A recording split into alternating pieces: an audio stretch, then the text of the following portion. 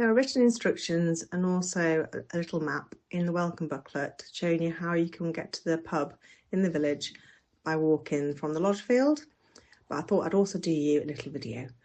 So you walk out these wooden gates here, which are at the end of the lodge field, follow this path along, and then at the end it's bridle path, and you turn left, and then you go down the hill, up the hill, turn left again.